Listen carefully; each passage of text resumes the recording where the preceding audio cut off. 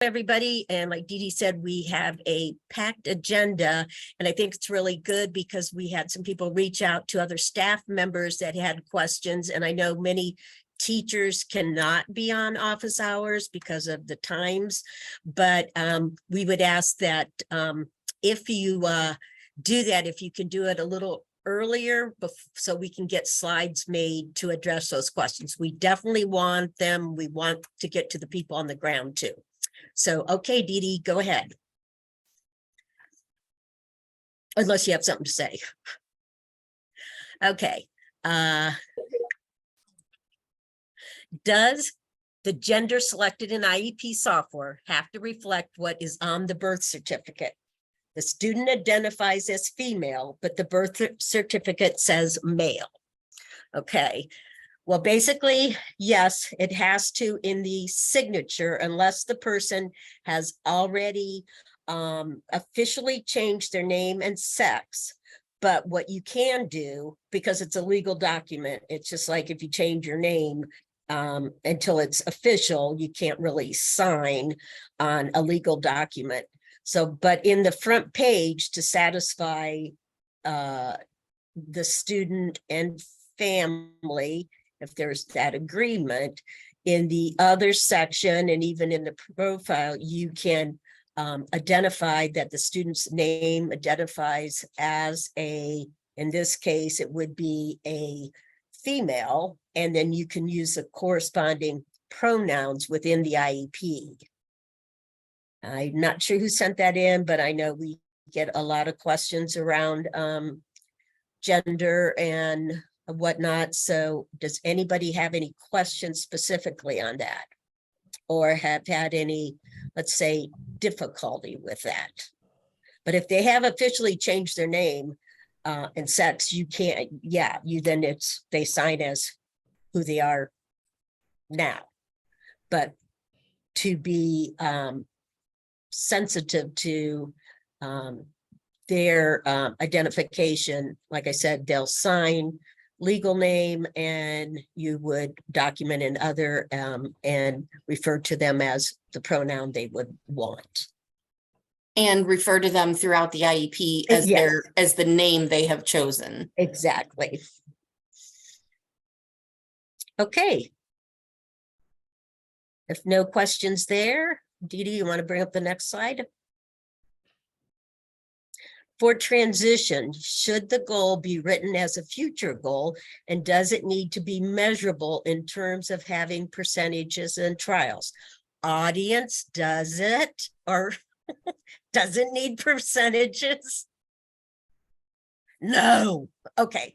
I'm not trying to be funny, but we did have someone contact us about this, and there was a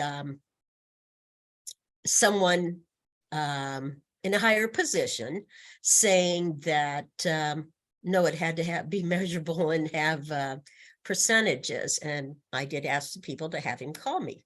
So anyhow, transition goal must be written as what the student will do after graduation. Not seek, not plan, will do. No no exceptions. So and I know most people in this audience know it. Upon graduation from high school, student will receive on-the-job training in a factory, manufacturing, entry-level position. Employment after graduation from high school, student will work part-time in the manufacturing industry. Now, I will say, and it could be still going on, when transition first took the lead in the IEP, and people, even, staff were concerned about the will, because it's like, well, what if they don't? And I know a lot of parents were concerned about, well, how do we know percentages? Well, it's not. We don't know that about any kid. They can say they're going to college, and as long as we provided the services and goals and things they need, anybody can leave high school and not do what we said they were going to do or what they said they were going to do. So as long as you have provided service activities goals, you must write the post-secondary goal as a will statement. It's not a measurable statement in the IEP. We have measurable goals and progress reporting for service activities. And if parents have trouble understanding that, I would kindly talk to them and explain why it is that way. So, Dee Dee, you want to go to the next slide?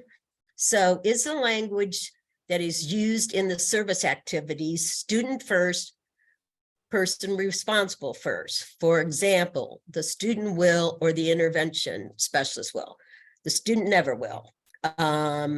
If the student knew how to do it, we wouldn't have a service activity, because the service activity is actually to teach the student. It sometimes goes against our grain thinking, okay, but the student has to take responsibility. Well, yeah, they will. That's why we teach self-advocacy, self-whatever, but we teach the student how to do something so they're able to do it later. In the old days, back many years ago, we always said the student would, because we were thinking of,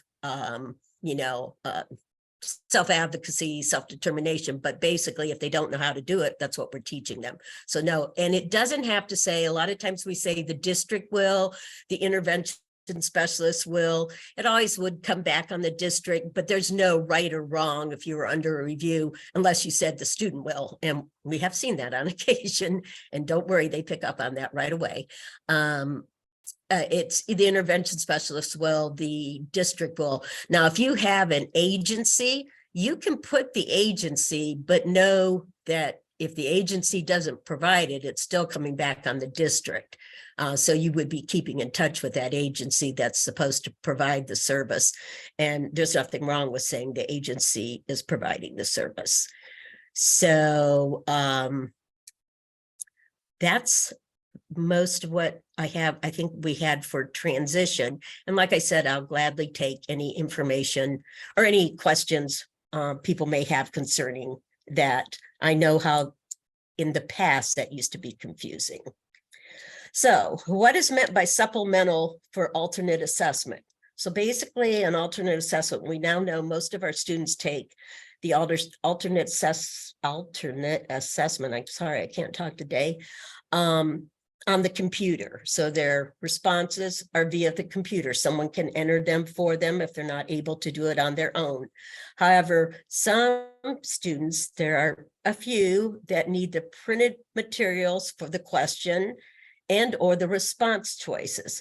And those are like before, where they can be cut out, laminated, etc., and presented to the student to allow the student to be able to touch, etc., before selecting their response. So we do have some students that cannot interact with the computer. So for now, supplemental really refers to any student on alternate assessment not using the computer-based test. And Any just questions there? Just to clarify, they're also not using the full paper test. Right. So right. there's three versions, because I think there's a little bit of confusion for some folks who may be new to alternate assessment, that there's the computer-based test, the full paper test, or the supplemental that Helen just described, which is really a happy marriage between the two. Yeah.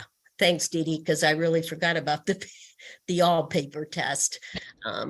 Is that an option? Helen, and then it's Joya. Yeah. And then you're noting that in the accommodations section, right? Yes. Using those supplemental materials. Yeah, Yes. if you do supplemental, then you are marking that as an accommodation, because that's a departure from what the standard version of the test is now, because it's computer. Yeah, I mean, that was confusing for a while too, because alternate assessment being a different test totally, it wasn't, you weren't worried about supplemental and putting in an accommodations, but since most students take it on the computer, yes, like Dee Dee said it, and like you said, Joya, it would be listed in accommodations, whatever supplemental part. Great question. Anybody else have any questions on alternate assessment? Okay, Dee Dee, I'm going to turn it over to you. Okay, thanks, Helen. So this question is about foster parents, and do they have the right to request an evaluation, or does the district have to reach out to Children's Services in whichever county you're in and have them do that? And the short answer to that is anyone can make a request or referral for a child because they themselves have noticed issues, things that are concerning, and that's down to even support staff. So a referral or a request for some type of intervention or, you know, a look-see from special ed can be made from the bus driver because they're noticing something frequently that's concerning. So yeah, it absolutely does not have to come from Children's Services. If foster parents are noting something, then they have every right to make that request and referral. And of course, then what that entails is then we look at, if you're moving forward with an evaluation, if the parents have retained their educational rights, then of course you have to follow all of your normal procedures and gaining their informed consent and having them participate. If they have not retained educational rights, then naturally you're going to use a surrogate parent.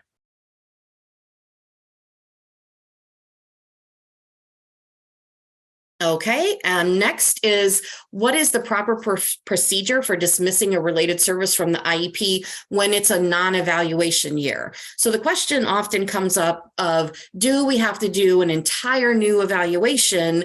You know, how do we get around that if the student has met all of their goals for, say, physical therapy, and there's data to support that they no longer need the service? And that happens. And it's pretty straightforward and simple. So you can remove a related service by simply amending the IEP and following the procedures that you would use for an amendment. You're going to make sure that you thoroughly explain in your prior written notice why the student is being removed from direct services.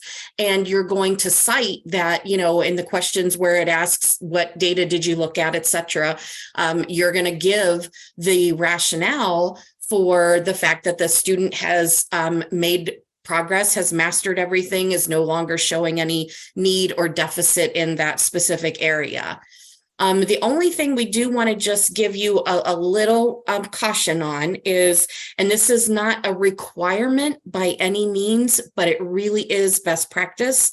When you make the decision to remove a child from a related service, you should at least consider as a team whether the child or the staff needs to retain at least consult services with that therapy provider, at least on a temporary basis, just to make sure that the student doesn't experience any hiccups, is still making adequate progress, and to address any needs or any questions that the staff may have in terms of supporting the student who is no longer receiving direct services. So you always want to make sure that you at least just, you know, consider that and look at it. And I am going to drop in at the end of our office hours, I'm going to drop in the ODE memo that also talks about adding and removing a related service. And I'm just going to put in my 2 cents, which sometimes parents, districts don't maybe like, because a lot of times we know many of our students get to a certain point with therapies and they are dismissed because they're at, I'm thinking of physical therapy, they're at that point where nothing's really going to change with their body per se. But also think a little bit about the transition age, because often I had therapists go out to job sites and volunteer sites and whatever to work with staff and employers to kind of see, just to get, I'm not saying they were going out all the time, just to see if there needed to be some adaptation so the student could really, you know, work in situations people might not think was possible. Thanks, Helen. That's a great point and a great reminder. Okay, so our next question, and for those of you who some of these things may be redundant, you've heard us say them probably multiple times, but in any given year, there are new folks at the table, or sometimes staff back in your district may be asking for clarification. So directors are reaching out to us just again to sort of walk through those nuances. So some of these things you've probably heard before, but it's a confusing world, so it doesn't hurt to address them again. So this question comes up every single year. I tend to get a lot of questions around third grade reading guarantee, and I know why. It's because the language in section 10 is very confusing. And if you'll all think about section 10 with me for just a minute, it starts off saying, has the team considered? And then there's sort of the little bullet list, right? Of has the team considered, is the child blah, blah, blah, blah, blah, blah. And then the very last one that got tacked on some time ago says, is the child on track for reading? Referring to the third grade reading guarantee. So there's been a lot of confusion around how to interpret that. Is it a departure and from considering and now directly asking whether or not the child is on track, or is it simply asking if the team has considered it? So just to be clear, and again, what I'm sharing with you now is coming directly from ODE, because we've had this question multiple times and they are giving the exact same guidance that I have always given. So, we can move forward knowing that this is correct. But basically, for grades K through 3 only, because for everybody else, it's not applicable. But in section 10, what this question is asking is, did you consider their on track or not on track status as in regard to the third grade reading guarantee? So you would always be answering yes, because obviously you're considering that information annually, or you're looking at it during the IEP meeting. If it's a student who is past grade 3, then again, it's not applicable. This question is not asking whether or not they're on track. They're not asking about the RIMP. They're not asking about anything else. They're just asking if the team has considered this information. And so you're going to say yes. And again, where you're going to provide that information is going to be in the profile. So you're going to have the RIMP information in the profile, and any other supports or interventions that are happening, that's going to be listed in the profile. So hopefully that clarifies that.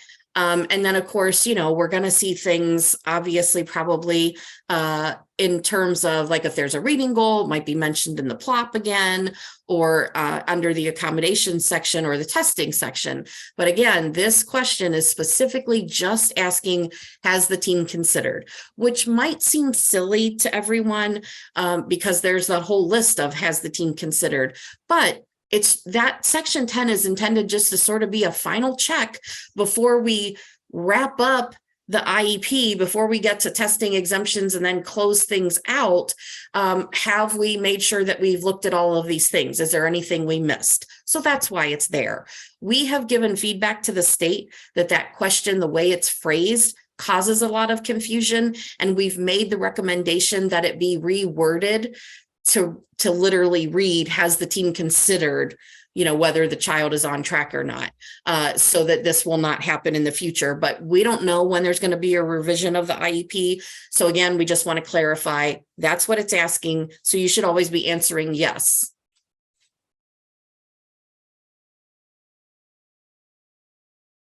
Okay.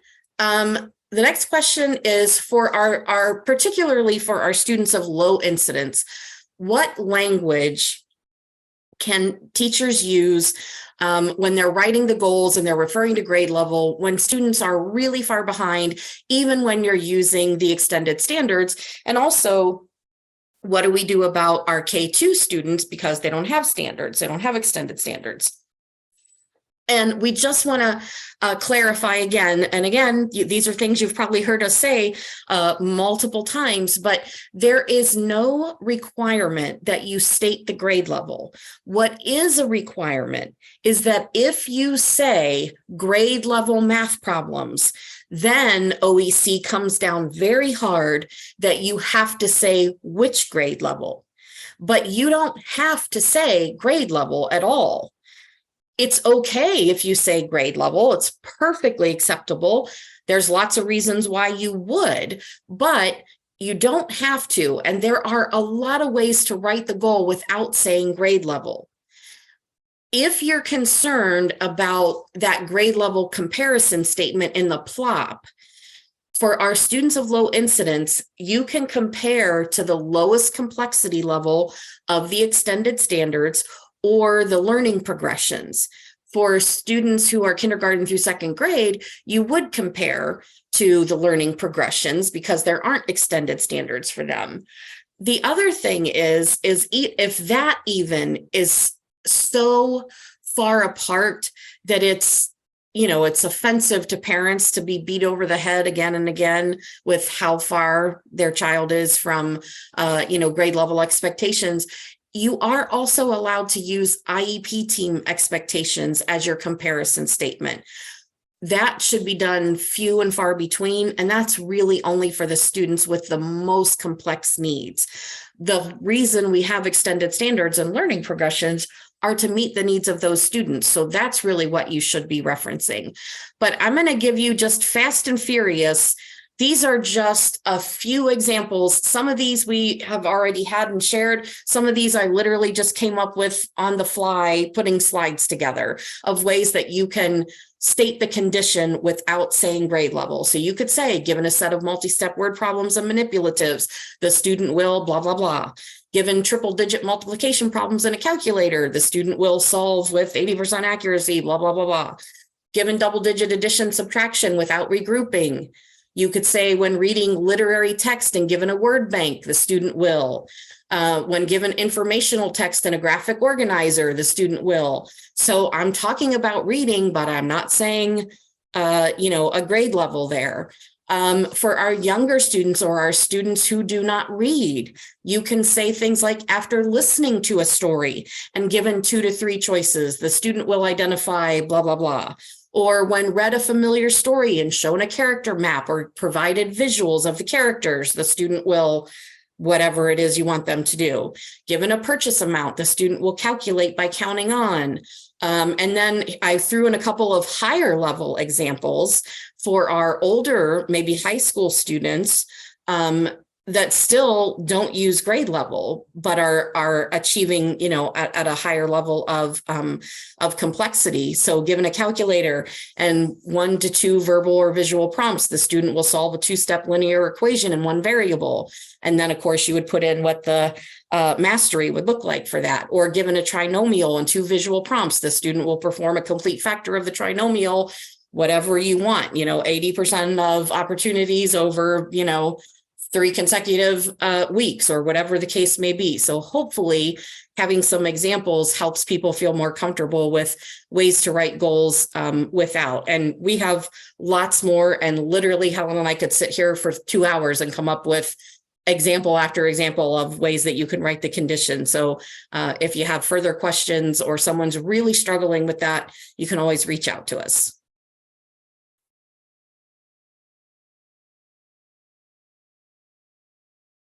Okay, Helen, I'm turning things back over to you.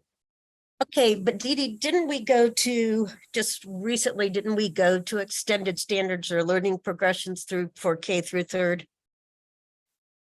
There are learning progressions. Right, There are no extended, yes. They start at 3rd. The extended standards start at 3rd grade, but there are learning progressions all the way down to kindergarten. Right. Okay. All righty. So the next question has to do about writing aid or paraeducator support, paraprofessionals, whatever you call them, into the IEP. Do you have suggested wording on how to do this so that the aide is doing what the aide needs to be doing? I'm not sure if that is maybe a question because the aide isn't doing what they're supposed to be doing, or is it just it says, or is it just a blanket statement? No, it's not appropriate to document the aide's duties in the IEP. I mean, we're going to give a statement, but we're not going to document all their duties. This should be clarified in roles and responsibilities or a job description. And the only reason I bring up just maybe it's a little question of an aide possibly not doing their job. Dee Dee and I just did a big parapro training, and there were some questions. Both of us were intervention specialists. Both of us had parapros, and we all know there are times that some people don't follow what they're supposed to be doing. So our recommendation is be sure you have roles and responsibilities, and those are spelled out to your parapros, and they're following them. So, but Dee Dee, if you go to the next slide, I'll give an idea of what you can write. If you're putting the parapro in under support for school personnel, because that's where they would go since they are under the direction of the teacher, aide will provide support to teacher by carrying out directives such as reteaching, practicing of hygiene or other life skills, assistance in toileting, or providing guided practice. The paraprofessional will assist teacher in daily classroom tasks, supervision of students, and provide accommodations, modifications for students under the direction of the intervention specialist. So just like we have the CODA and the PTA under the directions of the OT or PT, the parapros under the direction of the intervention specialist. So all go under support for school personnel, and you give an example of some of the things that para will be doing. If you're having difficulty with a para, and nothing against parents, you make sure you have roles and responsibilities, and the parents know them up front. Okay, we had a question about, oh, wait a minute, aide will provide support to teacher by carrying out directives. Dee Dee, go back. Oh, wait a minute. Okay, go forward now, Dee Dee, sorry. It's getting near holiday break and more and more work keeps coming. So Dee Dee, I'm okay. I'm done with that unless somebody has an aide parapro question. Okay. Sorry, I do real quick. Sorry, I had to wait till the student walked out of the room. We are trying to figure out how to write aide access into IEPs, but ensure that they don't need to be in the room all the time. So that was our clarification. Yeah. We have some parents saying, well, the IEP says access to an aide, and they want that aide in there all the time, when we're saying you don't need an aide for read aloud. You don't need an aide for transitions in the hallways. Your aide is there to do these specific things. And I would make sure you put that, you put like similar statements into your support for school personnel, but I'd make sure I have that written in the profile in your PR1 if necessary, that the aide's responsibilities, we don't want Velcro aides, that they understand that if it says access to an aide, that doesn't mean an aide is Velcroed to their side. And Dee Dee, I'm sure you had something else to say. Yeah, I was just going to also add, you can also explain to the parent that when it is a full-time paraprofessional, that is like a one-on-one, that's listed under accommodation as well. Right. And we don't do that when it's just access to the general classroom para or a floating para. If we were doing one-on-one or 1-on-2, which is also a great way to go to move away from a one-on-one. You have a para who is split between, 2 or 3 students. We write it that way, but we're writing that under the accommodation section. So you can explain it that way to parents as well. And as Helen said, you're going to explain a little bit in the profile that the student has access to, but will not have constant support from a para, for the entirety of the school day. Okay, so right now we adopted a few documents that say access, and the understanding was that aide is present from start to finish, but that does not state one-on-one or one-on-2 in the accommodation. So that'll clarify that for those parents. We'll clarify that with them. Yep. Great Thanks. question, because we know that happens a lot. Dee Dee and Helen. In our profile, we also put fade. We use some kind of Yes. language to talk about fading so that we can have that conversation with parents. We try to put that in the profile, but also in the language where we put the paraprofessional, because we've had those same conversations, Lisa. Right. And Jennifer, you make a great point too, Yeah. because I know especially when we're talking, I know we have some kids that are significantly medically fragile, and that's different. And we might have nursing, but even rotating aides, if a student gets so dependent on an aide, one aide, then it's bad when that aide is absent.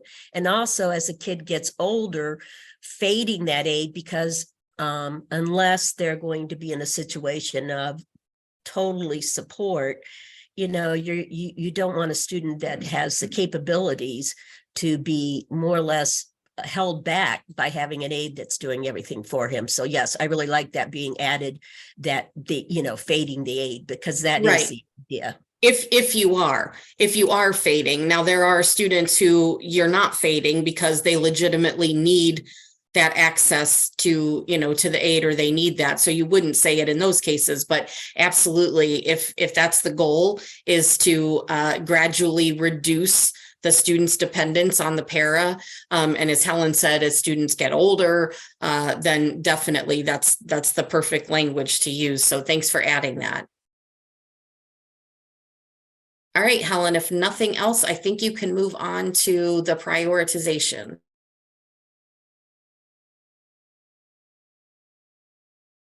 Sorry, I was muted. I was saying you needed to, okay. What is the legality of Dee Dee said it for me, priority of skills in the IEP? Example, doing decoding before comprehension, and is it listed in the profile?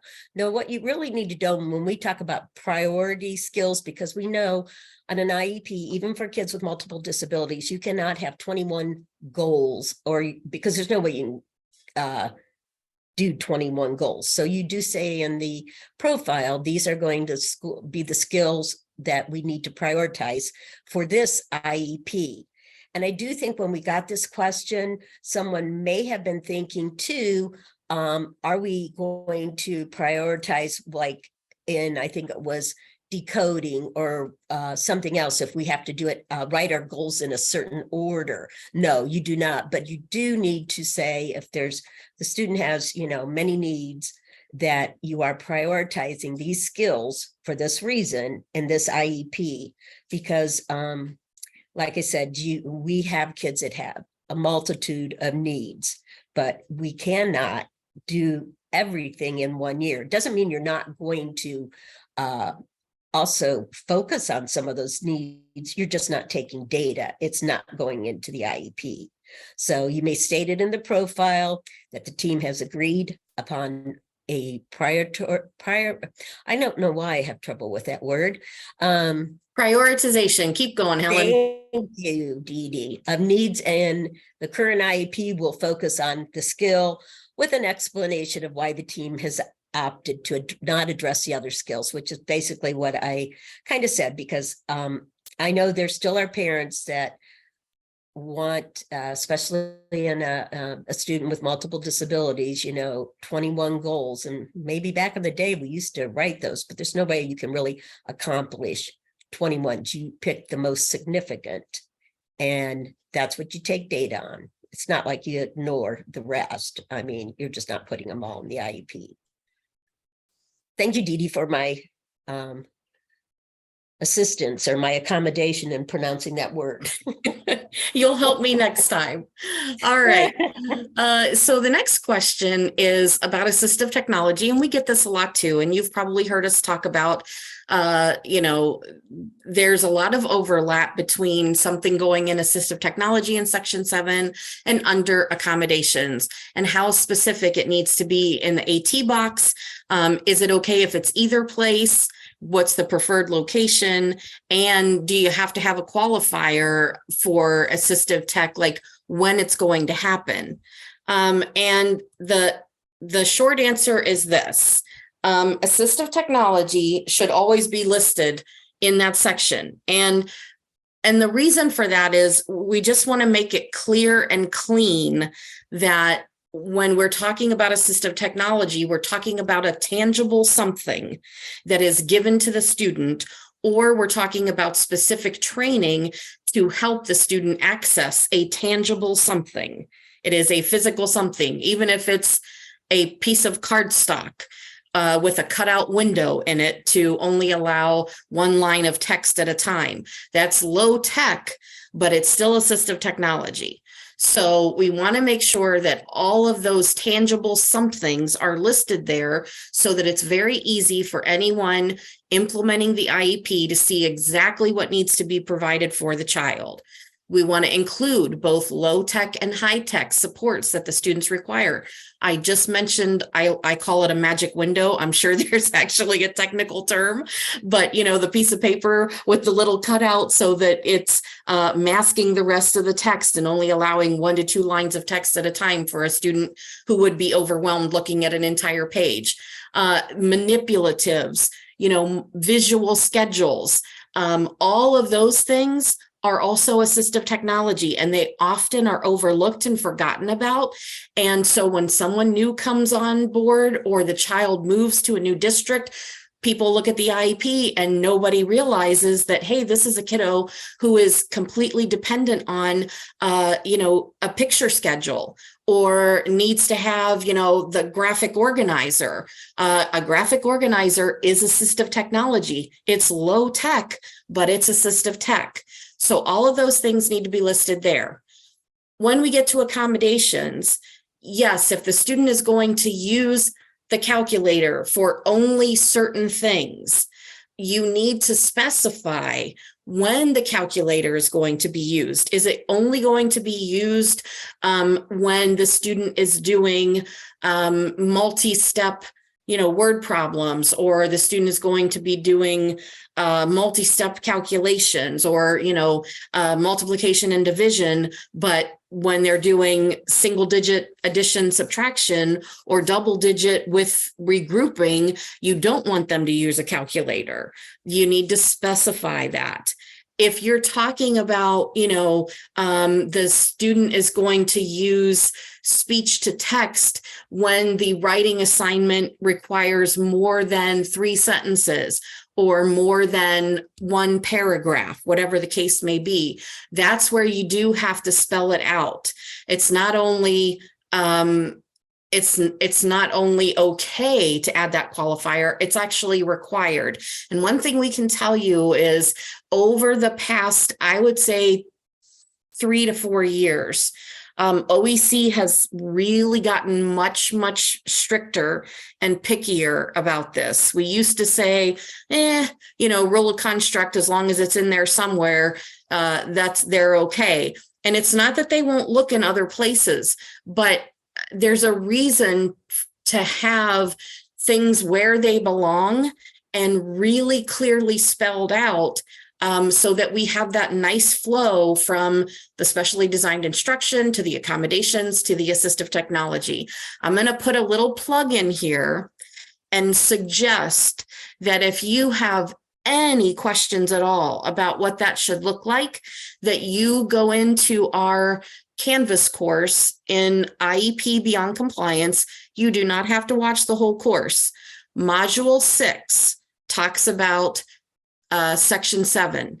And we have some resources that we created, 2 pages that show the linkage between specially designed instruction, accommodations, and assistive technology that we really have gotten a ton of positive feedback on, that it helps explain it and in a way that really helps teams understand why they're choosing the assistive technology that they're choosing, or why they're choosing the accommodation that they're choosing, and how there should be a definite chain between those 3 things. So I'm going to suggest, like I said, even if you don't do the entire Canvas course, if you pop in and just watch that module 6 and print those resources, those are really helpful for staff.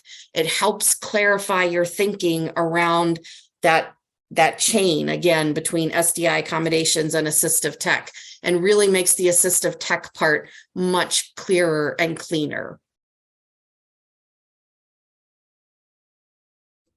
Helen has stopped saying it's not a hill to die on. Okay. Okay, Dee Dee, I guess I'm up. Yep. Okay.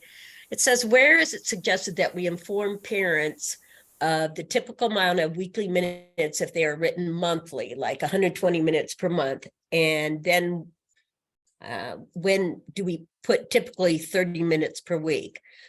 Okay, so basically you're supposed to put the amount of money, my brain is on money, I guess. Anyhow, basically what the state has said, because it has been difficult for therapists, if related services list monthly, they have to break out, and it's just in parentheses, what it usually would look like per day. So the parent has, the awareness that the student's not getting 120 minutes all at one time a month. They're getting, and for in this case, 100 minutes monthly, 25 minutes 4 times a week. And then it says, do other districts have specific guidelines? Oops, Dee Dee. I'm sorry, I accidentally advanced, Helen. That's okay. That's fine.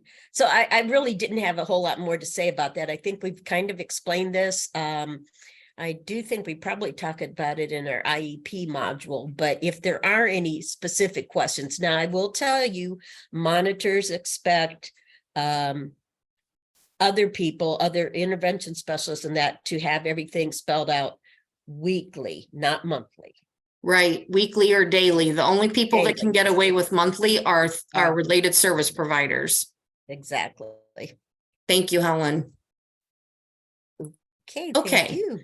All right, so we also had a question about guidelines that districts are using, procedures, and how to really determine what the aide support should look like for each student. So how you decide the level of support, do they need a one-on-one, do they need a 3-on-1, and could we share the procedures? So I'm going to drop into the chat actually a link to a folder that we created because this question was posed last year, I think, through OAPSA, and lots of districts weighed in and shared their processes and the forms and documents that they use. So we gathered all of those together, and that's what you're getting in this link. And if anybody on here wants to unmute and say exactly what they're doing, that's fine too.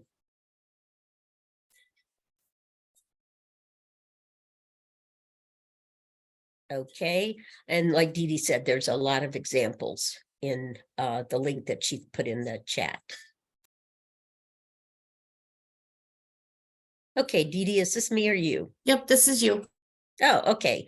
Exemptions. When it says significant cognitive disability, is that defined anywhere, or is it up to a team discretion?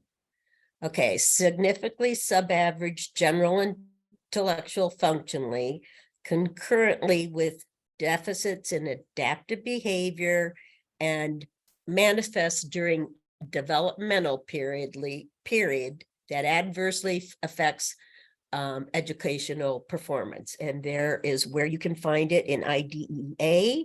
So that is your specific definition. However, and Helen, oh, sorry, Helen. I was just gonna jump in and add, I didn't for the sake of space, I didn't add it on here, but if you're looking at the if you're looking at the definition under IDEA, there are also references to, the IQ scores generally being below 70 or 75 is what would be considered a significant cognitive disability. Whoops, that's what I found. Sorry. Yeah. one reason why we don't put, IQs on IEPs, because I got asked that question before, is a lot of times when people see that IQ score, they don't have any expectations for kids. And I can tell Exactly. you, I had a lot of kids with low IQs that probably fit this definition, but definitely had a lot of capabilities and were able to work in the community. So I just wanted to plug again that let's always have high expectations, but that is, like Dee Dee said, your significant cognitive disability. I also want to say, if you're thinking about, and maybe we have it on another slide, but this kind of just brought me to the forefront of thinking, are you thinking about how we, keep kids if they've been on alternate assessment? And we do have the crosswalk and the guidelines that everybody knows about that you do for alternate assessment. And we were just on a call, and it still is an IEP team decision, but you do attach that. Decision-making tool. Yes, thank you. Yeah, My and gosh, you've helped me several times today. that's okay. And Helen, you're right. I'm glad you mentioned that. The language that you see in the white box, that was pulled directly from the alternate assessment decision-making tool. So when we look at that flow chart, and we look at whether or not the student has a significant cognitive disability, this is what we're looking at. So, and the other thing, and I know Helen has shared this before, one of the first questions on the decision-making tool asks, well, I think the first one is if the student's on an IEP, but one of the first questions asks the category of disability. And we have been asked many times, why is that on there? And it's because there are only 3 of the categories that carry with it a cognitive disability, and that's intellectual disability, multiple disabilities, and autism. And so this language in the white box, as I said, is coming straight from the decision-making tool that Helen is referencing. I can just clarify this why this question came up. Sure. We were having a hard time determining the word significant for the kids who are falling in that, a functional IQ in the high 60s, maybe low 70s. They do not qualify for alternate assessment. And then we get into a meeting and the parents are like, oh goodness, no, they don't have a significant cognitive disability. They just have a Okay. little one.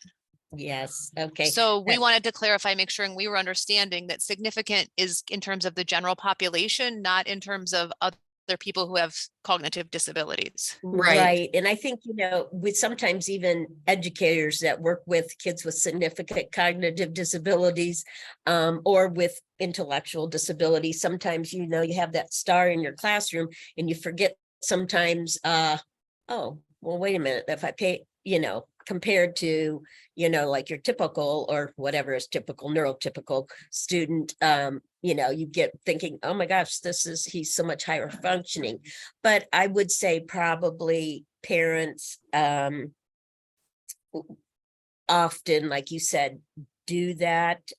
Some do not, but many do, to the idea that maybe they're looking at other students with similar intellectual functioning and thinking, yeah, no, my son just has a mild disability. But Right. I'm glad that you brought that up, Lisa. And that is a way, to delicately explain to the student or the parents, or that, why they fall into that category. Yeah, and that's why we wanted to include that definition from IDEA, because that's really our standard that we're using. Does that answer, Lisa, what you wanted? Or Yeah, that makes sense. We were typically using a comparison amongst peers who have significant disabilities already.